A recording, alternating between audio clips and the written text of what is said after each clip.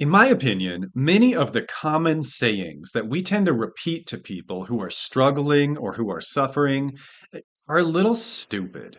And that might sound harsh. I'm sure most of them are well-meaning, but they tend to lack nuance and validation, and they tend to come across as sort of like an emotional equivalent of like the flex tape meme, where it's like, let's just slap this statement on there, and now you're okay, right? No more problems because I gave you this often repeated one-liner that's what people say when people are going through tough times, and most of them don't do anything.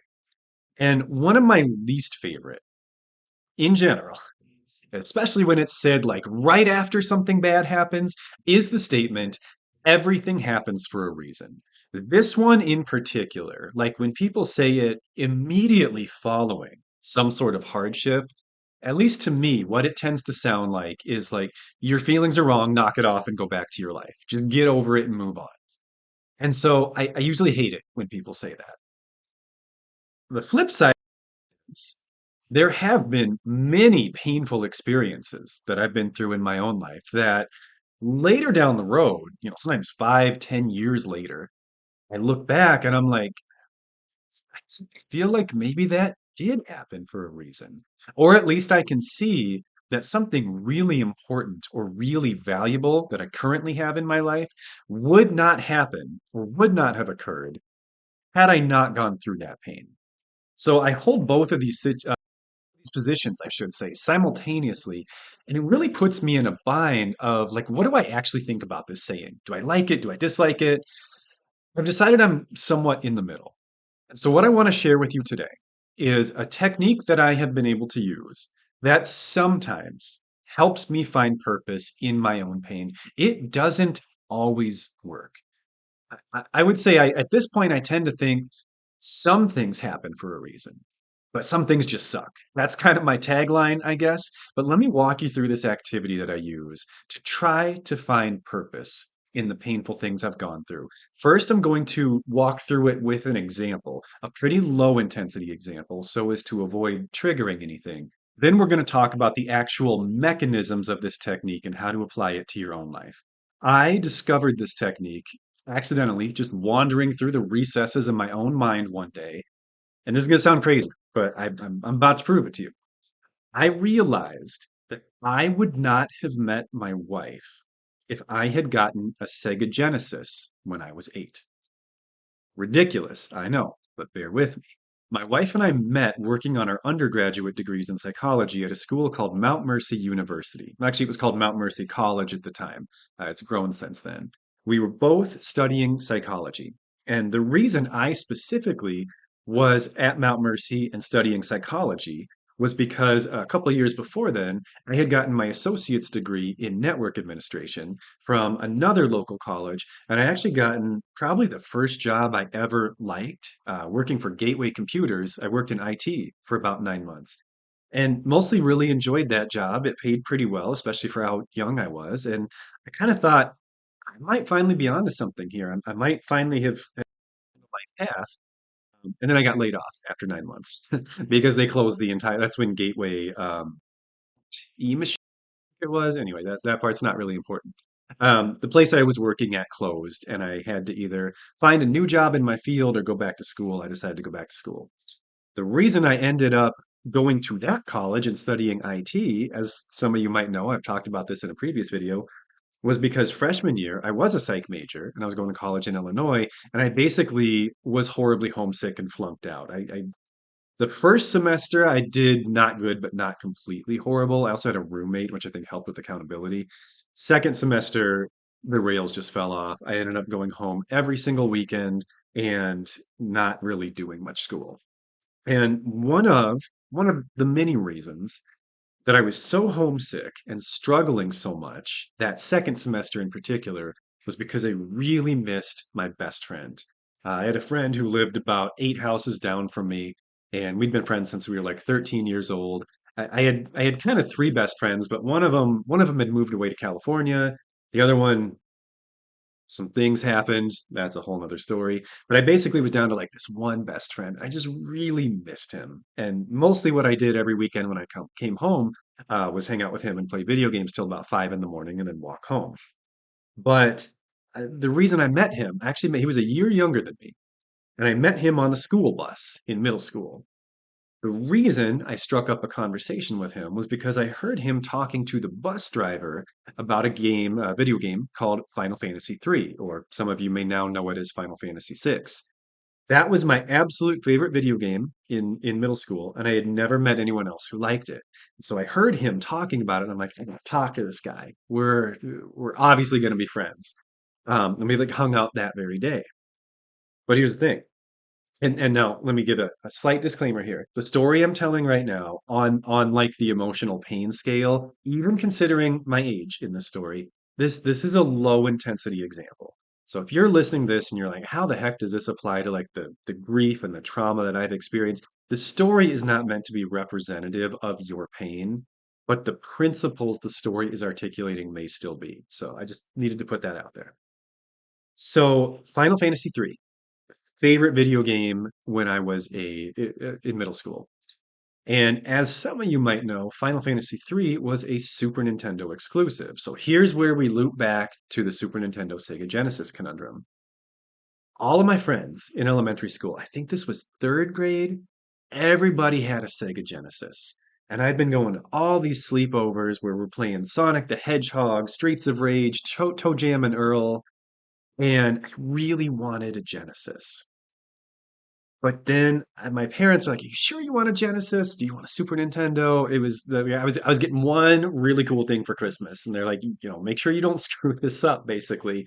And I was waffling hard. I was like reading all my gamer magazines and trying to figure out which one I wanted. And I kept going back and forth. And eventually, at some point, I committed to the Super Nintendo. And then I changed my mind.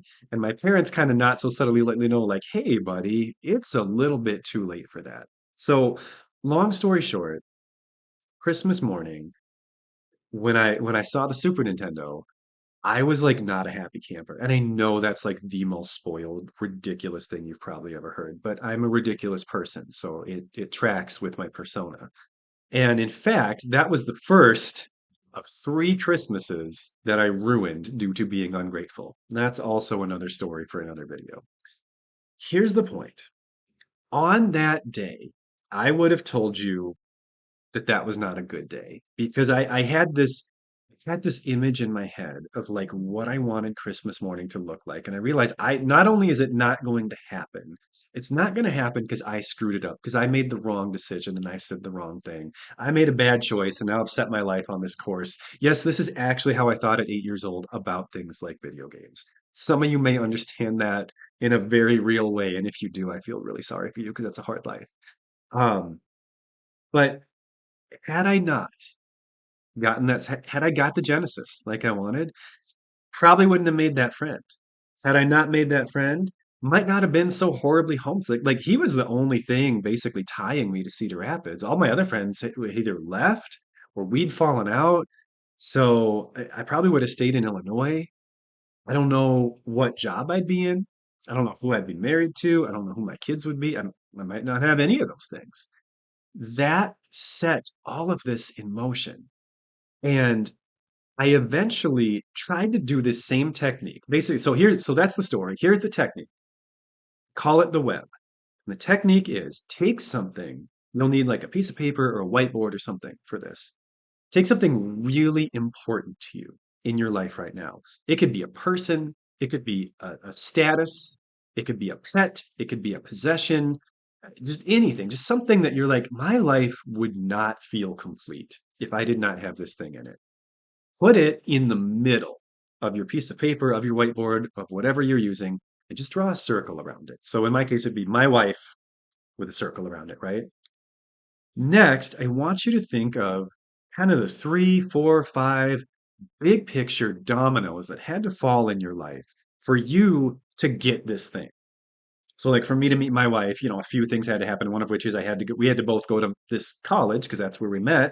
Um, and so that you put around this middle thing in kind of the second layer. So branching out kind of like a spider web, right? Then pick one of those things and try to figure out what are the three, four, five things that had to happen in my life for this thing to happen? Like, why was I at this school? Well, I was at this school because I got laid off, because I flunked out, etc. And you just go back three, four, five layers. I have never done this activity with somebody and made it four layers back in the spider web before we get to something in their life that when that thing happened, they would have said, this is a bad thing. I wish this had not happened to me. Nothing good is ever going to come from this. This is going to remain a problem, a sore spot, a tragedy for the rest of my life. And as soon as you get to something painful in this web, realize that that painful thing was a requirement, a precursor for the thing in the middle of your paper. For you to have this prized relationship or achievement or object or whatever it is, whatever that thing is, you will eventually, if you go back far enough, find something painful that you had to go through to reach that point, to get that thing. Now, does that help you in the moment when something really painful has just happened? Not a ton. And that's my disclaimer here. And that's why, although I do believe that sometimes down the road and with the benefit of hindsight, you absolutely can see good things coming out of pain and suffering. Absolutely. That is a real thing that does sometimes happen. It's very hollow in the moment though, and people should absolutely be allowed to feel their grief and feel their pain and feel their suffering without being immediately rushed to like someday you're going to see a reason for this, therefore stop feeling bad right now. It doesn't work that way. I know.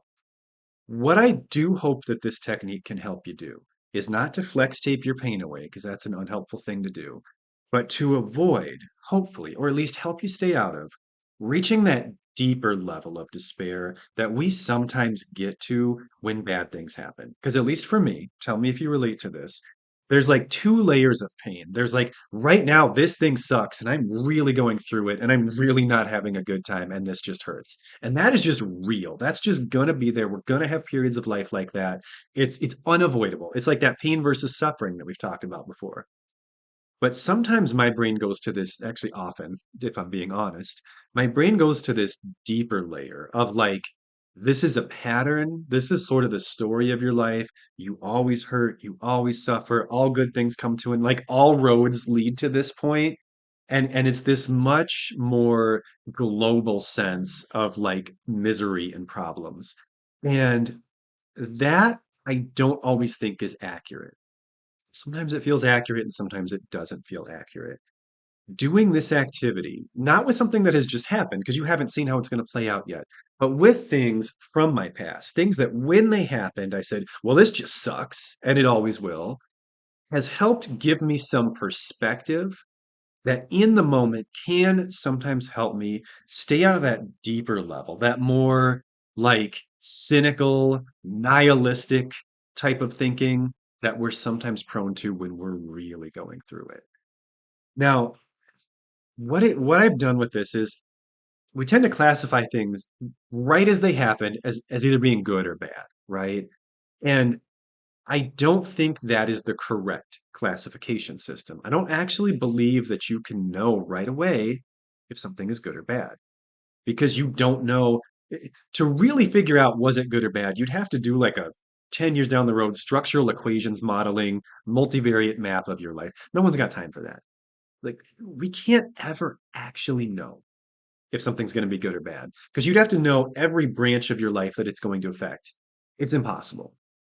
You absolutely can classify things in the moment as pleasant or unpleasant. Like this feels good or this feels bad.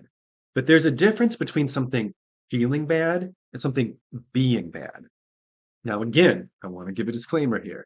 I know that some of the scenarios we're talking about, describing them as unpleasant or feeling bad is not necessarily the appropriate language. If we're talking about grief, if we're talking about trauma, then these are very invalidating ways of saying it. So you can reclassify those words. I know those are major undersells for some of the pain that we've all been through. I get that. So the point of this isn't to use minimizing or dismissive language.